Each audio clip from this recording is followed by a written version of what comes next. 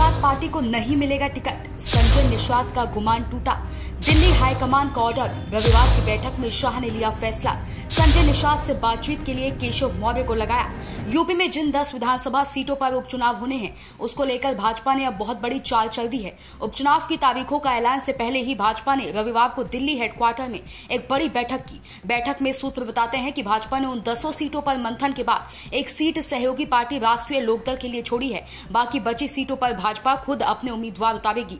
दिल्ली में रविवार को हुई बैठक में केंद्रीय गृह मंत्री अमित शाह, पार्टी राष्ट्रीय अध्यक्ष जेपी नड्डा और यूपी सीएम योगी आदित्यनाथ, दोनों डिप्टी सीएम ब्रजेश पाठक और केशव प्रसाद मौर्य, प्रदेश अध्यक्ष भूपेंद्र चौधरी, संगठन महामंत्री धनपाल सिंह शामिल रहे। वहीं सूत्रों की माने तो पिछले दिनों भाजपा कोर कमेटी ने जिन नाम का पैनल केंद्रीय नेतृत्व को भेजा था, उन पर चर्चा के बाद एक एक नाम को अंतिम रूप दिया गया है। बैठक में मीरापुर सीट को रालोद के लिए छोड़ने का निर्णय भी लिया गया है, क्योंकि ये सीट पहले से भी राष्ट्रीय लोकदल के पास थी। पर वहीं निषाद पार्टी के राष्ट्रीय अध्यक्ष संजय निषाद भी उपचुनाव लड़ने की पूरी तैयारी में है। लेकिन सूत्र बताते हैं कि दिल्ली हाईकमान की बैठक में निषाद पार्टी को टिकट देने पर अभी सहमति नहीं बन पाई है। इसके लिए बाकायदा डिप्टी सीएम केशव प्रसाद मौर्य को निषाद पार्टी के प्रमुख संजय निषाद से बातचीत करने को कहा गया है। वहीं उपचुनाव की तारीखों का ऐलान होते ही भाजपा अपने सभी प्रत्याशियों के नामों की घोषणा भी कर देगी।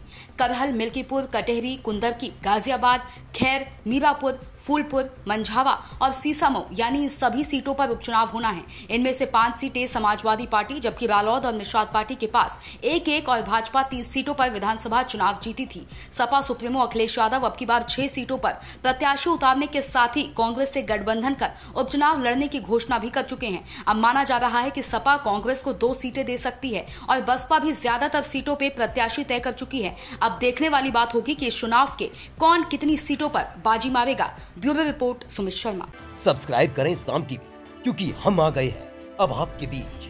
दिखाएंगे सत्ता के वादों और अपराधियों के एक एक कारनामे की हकीकत। और हाँ, अगर आपके पास भी हो कोई ऐसी खबर तो कमेंट करके हमें बताएं, क्योंकि बिना डर और दबाव के हम दिखाते हैं हर एक खबर डंके की चोट पर।